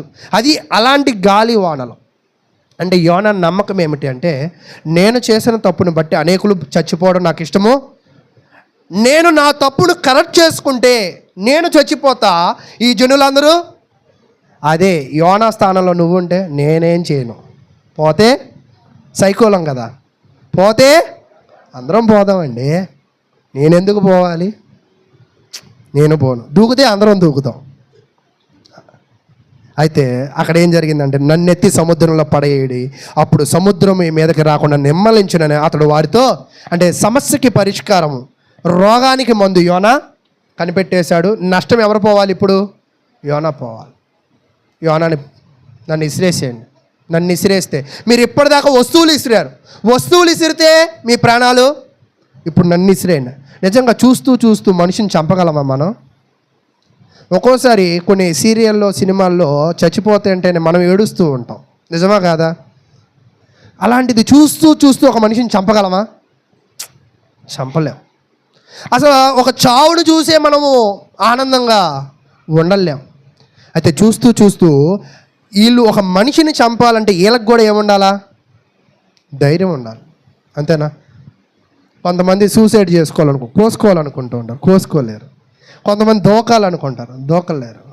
కొంతమంది రైలు పట్టాల దగ్గరికి వెళ్ళి రైలు సౌండ్కి వెనక్కి వచ్చేస్తాం. అంటే నిజంగా చనిపోవడము అనేది చాలా తేలికైన పని కాదు, చంపడం కూడా తేలికైన పని కాదు. అయితే భార్య వంట బాగాలేదని భర్త చంపాడు, అవి ఎలా చంపబడుతున్నారో నాకు తెలియట్లేదు. కానీ చావడం అనేది కానీ చంపడం అనేది కానీ చాలా కష్టము. అది చేయాలంటే నీకు చాలా ధైర్యం ఖచ్చితంగా ఉండాలి. అయితే ఈ తర్షీష్లో ఉన్న వాళ్ళందరికీ ధైర్యం ఎందుకు వచ్చిందో తెలుసా? ఇతన్ని ఇసరకపోతే ఇలా ప్రాణాలు పోతాయి, ఇతన్ని ఇసరకపోతే ఇలా ప్రాణాలు పోతాయి. కాబట్టి యోనాని తీసి ఏం చేశారంట? ఇసిరి అవతల కొట్టారు. అవతల కొట్టిన తర్వాత ఇక్కడ ఆగి నేను ఒక విషయం చెప్పాలనుకుంటున్నాను. క్రీస్తులో నీవు కూడా జీవించాలి అంటే, నీ ఆత్మీయ స్థితిగతులను నువ్వు కాపాడుకోవాలంటే, దేవునికి విరుద్ధమైనది ఏదైతే నీ లక్షణం ఉందో అది నీవే గుర్తించాలి, అది నీవే తీసివేసుకోవాలి, అది నీ నుండి నువ్వే ఇసిరివేయాలి. వాళ్ళు యోనాని గుర్తించారు, గుర్తించిన తర్వాత ధైర్యముగా విసిరి వేశారు. ఈరోజు నేను ఒకటి అడుగుతున్నాను, ప్రార్థనకు వస్తున్నాను. నీవు ఎప్పుడైనా నా తప్పులు ఏంటో అని నువ్వు ఆలోచన చేసావా? అది తీసుకోవాల్సినంత ధైర్యము నీలో ఉందా? అది తీసుకోవాల్సినంత సామర్థ్యత నీలో ఉందా? ఏదో వచ్చి వినమంటే వింటున్నావు, 8 ఫ్యాన్లు తిరుగుతూ ఉన్నాయి, కానీ వేడిగాలి అయితే వస్తుంది, అక్కడి వరకు చెప్పగలం. కానీ మనసు మార్చుకోవడం కష్టమా తేలిక? అయితే ప్రియులారా, అప్పుడు ఏం జరిగిందో తెలుసా? దేవుడు యోనాను అలా ఇసిరిన తర్వాత ఆ పెను ప్రమాదాన్ని తెచ్చిన దేవుడే, వాడబద్దలు చేసి అందరినీ చంపేద్దాం అనుకున్న ఆ దేవుడే యోనాను కాపాడడానికి ఎవరిని పంపించాడు తెలుసా? ఒక తిమింగ లేదా ఒక చేపను పంపించాడు. అంటే యోనా తీసుకునే డెసిషన్ ఎవరికి బాగా తెలుసు? దేవుడికి బాగా తెలుసు. కరెక్ట్గా మీరు చూడండి, ఇలా ఇసిరితే అలా వెళ్ళి తిమింగలం మిగిలింది. అది సాధ్యమేనా? ఒకవేళ తిమింగలాన్ని దేవుడు పంపించకపోతే ఆ సముద్రంలో యోనా ఏమైపోవాలా? చచ్చిపోవాలి. కానీ యోనా చచ్చిపోవడం దేవుడి కోరిక. అలాగే నేను కూడా ఏం చెప్తున్నానంటే, సంఘానికి సభ్యులు రాకపోవడం సేవకుడి కోరిక. సంఘానికి రావాలి, మీ తప్పులను మీరు తెలుసుకోవాలి, తెలుసుకుని దానిని ఏం చేసుకోవాలి? సరిదిద్దుకోవాలా. సరిదిద్దుకోకుండా నువ్వు ఎన్ని సంఘాలు ఒకవేళ మారినా, ఎంత విలువైన వాక్యాలు వినినా, దేవుని సన్నిధానానికి దూరంగా వెళుతున్న నీ స్వభావము, నీ బుద్ధి, నీ ప్రవర్తనను చూస్తున్న దేవుడు నీకు పెద్ద ఆటంకాన్నే ఇస్తాడు, కానీ ఆయన నీకు ఒక మంచి మార్గాన్ని ఇవ్వడు. మనసు మార్చుకొని పశ్చాత్తాపము పడి తప్పులు ఒప్పుకొని దూకేసిన ఈ యోనాని, అంటే యోనా దూకచ్చుగా, యోనా దూకలేడు, ప్రాణం పోయిద్ది కదా, నేనైతే దూకలేను, ఎవరు నా అంతటి నేను చచ్చిపోలేను, మీరు నన్ను తోసేయండి అని చెప్పాడు. అప్పుడు వీళ్ళు భయపడిపోతున్నారు. ఎందుకో తెలుసా? నువ్వేమో హెబ్రీడివి, నువ్వేమో నిజదేవుని యొక్క భక్తుడివి, నువ్వేమో ప్రవక్తవి. 3 క్వాలిఫికేషన్స్: హెబ్రీడివి, భక్తుడివి, ప్రవక్తవి. ఒరే బాబు, నిన్ను చంపితే దేవుడు మమ్మల్ని ఊరుకుంటాడా అని వాళ్ళు చూడండి. నిజంగా ఒక చిన్న పని చేసేటప్పుడు ఎంత భయం కలిగి చేశారు. ఈరోజు మనం అవలేలాగా కొన్ని పనులు చేస్తూ ఉంటాం, తప్పుని ధైర్యంగా చేస్తూ ఉంటాం. తప్పుని ఏం చేస్తామంట? నిర్భయంగా చేస్తూ ఉంటాం. నువ్వు చేసే ఆ చిన్న తప్పును కూడా దేవుడు పట్టుకుని ఏం చేస్తాడో తెలుసా? నిన్ను శిక్షిస్తాడు. యోనా చేసింది తప్పేనా అసలు? దేవుడు మూర్ఖుల దగ్గరికి వెళ్ళన్నాడు, మూర్ఖుల దగ్గరికి ఇతను వెళ్ళాలా? అది తప్ప? అది తప్ప? అసలు తప్పే కాదు. నిజమంటారా కాదంటారా? అవునండి, మీకు పెరుగు ఇష్టం లేదండి, పెరుగు పెడతా తినండి అని తింటారా? ఇప్పుడు మటన్ ఇష్టం లేదండి, మటన్ ఎప్పుడు మనం పెట్టుకోము జీవితంలో. మటన్ ఇష్టం లేదు, కానీ మటన్ వండా, మీకు ఇష్టం లేదు, పెట్టు తిను అంట. తింటావా? తినవా? తినను అంటే సరే ఇక్కడి నుంచి బయటికి పో అని అనగలమా? మరి ఏంటండి అతను చేసిన తప్పు? చూసారా, చేసింది చిన్నదే, కానీ ప్రతిఫలం పెద్దది. ఈరోజు నువ్వేమనుకుంటావు అంటే, చేసే తప్పు ఇంతేగా నేను చేసా అనుకుంటావు. దేవుడు ఏమంటాడు తెలుసా? అంత చేసావు అంటాడు. కాబట్టి ఎదుటోడు చిన్న తప్పుని పెద్ద తప్పుగా నువ్వు ఎత్తి చెప్తుంటావు, కానీ నువ్వు చేసే చిన్న తప్పు నువ్వు తెలుసుకో. అందుకే మత్తయి సువార్తలో ఏం చెప్తాడంటే, ఎదుటివాడి కంటిలో నలుసును చూడక నీ కంటిలో ఉన్న దేనిని చూడాలంట? ఎప్పుడైనా సహోదరుల దగ్గరికి వెళ్ళి, నేను నా జీవితంలో ఎంత తప్పు చేశా, నువ్వు చేయబాక అని చెప్తారా? అలా చెప్పడు. నువ్వు ఎంత తప్పు చేసావో తెలుసా? ప్రార్థన రాకుండా ఈ పటికి బెల్లం కడుతున్నావే, ప్రార్థన రాకుండా అడ్డుపోతున్నావే, ప్రార్థనకు వచ్చిన నిద్రపోతున్నావే, ఇవన్నీ ఎవరి గురించి చెప్తారు? వాళ్ళ తప్పులే చెప్తారు. ఎప్పుడైనా మీరు గమనించండి, ఎదుటివాడు తప్పుల గురించి చెప్తే ఎదుటివాడు వినడు. ముందు మన తప్పులు వాళ్ళ ముందు ఒప్పుకోవాలా. ముందేం చేయాలా? నేను తప్పు చేశా, నువ్వు ఆ తప్పు చేయదు, ఇలా చెప్పి చూడండి, ఖచ్చితంగా వింటారు. ఎందుకంటే ఆడి తప్పులే చెప్తున్నావంటే వాడు ఏమనుకుంటాడంటే ఈడేదో గొప్పలాగా ఈడే మన గురించి చెప్తున్నాడు అనుకుంటా. అలా కాకుండా నీ తప్పులు చెప్తూ నీకు జరిగిన నష్టాన్ని నువ్వు చూస్తూ ఆడికి నష్టం జరగకూడదని చెప్పు. ఇప్పుడు ఏం చేస్తాడు? అలాగా చెప్పడానికి ప్రయత్నించండి. అయితే ఇప్పుడు ఈ యొక్క ఇంకెన్ని వచనాలు ఉన్నాయండి? 17 వచనాలు ఉన్నాయా? ఓకే, 16వ వచనం. ఇది చూడగా మనుషులు యెహోవాకు మిగులు భయపడి ఆయనకు బలి అర్పణలు మొక్కులు చేసిరి. అయితే వీళ్ళు విసిరేసేటప్పుడు చాలా భయపడ్డారు. 14వ వచనం చెప్తున్నారు, కాబట్టి వారు యెహోవా నీ చిత్త ప్రకారముగా నీవే దీన్ని చేసితివి, ఈ మనుషుని బట్టి మమ్మను లయము చేయకుందువుగాక, నిర్దోషిని చంపితిరన్న నేరము మా మీద మోపకుందువుగాక అని యెహోవాకు మనవి చేసుకుని. అంటే ఒక పని చేసే ముందు వాళ్ళు దేవునికి ఏం చేశారంట? ప్రార్థన చేశారు. ఈరోజు మీరు చూడండి, ఒక పని చేసేటప్పుడు సేవకుడు ప్రార్థనతో పని లేదు, సేవకుడు యొక్క అపీరెన్స్తో పని లేదు. మనం చేసుకుంటూ వెళ్ళిపోతాం, ఏమైద్ది? ఏం కాదు, అయ్యేదేదో అయ్యిద్ది. కానీ దేవుని సమక్షంలో పెట్టి ఆ పని చేయండి, నీకు మేలుకరంగా అయ్యిద్ది. అంటే కొంతమంది చూడండి, ఒక్కోసారి సుధీర్ గారు మీకు తెలుసు, అబ్రాం గారు మీకు తెలుసు, వాళ్ళ సంఘస్థులు, అయ్యా కోత కొయ్యాలి ప్రార్థన చేయ్యా, అయ్యా పిల్లోడు పుట్టినరోజు అయ్యా ప్రార్థన చేయ్యా, అయ్యా హాస్పిటల్కి వెళ్తున్నాం ప్రార్థన చేయ. ఏంటండి ప్రతిదానికి ప్రార్థన అంటారండి అని? అవును, అలా నేర్పించారు. ప్రతిదీ కూడా ప్రార్థనతో వెళ్ళడం నేర్చుకున్నారు. మాకు ఒక్కోసారి సంఘంలో అంటే ఒక పని చేయడం ఎంత ముఖ్యమో ప్రార్థనాపూర్వకంగా చేయడం అంతే ముఖ్యం. దేవుడికి కావాల్సింది సర్ప్రైజెస్ కాదు, ప్రిపరేషన్స్. ఒక్కోసారి మేము అనుకోకుండా ఒకళ్ళు ఒక వస్తువు తీసుకుని నాకు ఇచ్చారు అనుకుందాం గిఫ్ట్గా సంఘానికి. నాకు కావాల్సింది సర్ప్రైజా అవసరమా?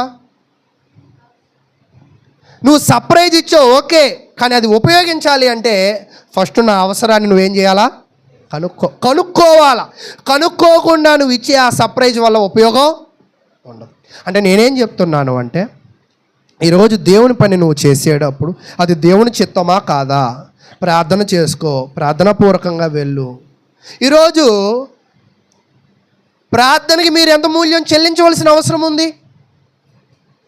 కాబట్టి చేసి ఆ చిన్న పని అయినా కూడా పెద్ద పని అయినా కూడా ప్రార్థనాపూర్వకంగా మీరు తీసుకువెళ్ళండి. అయితే వీళ్ళు భయపడిపోతున్నారు. ఎందుకంటే అసలు ఈడు మన దగ్గర ఉంటేనే ఇంత వణికిచ్చాడు దేవుడు, ఇతన్ని చంపేస్తే మనల్ని ఏం చేస్తాడు? బతకనిస్తాడు అనే భయంతోనే చేశారు.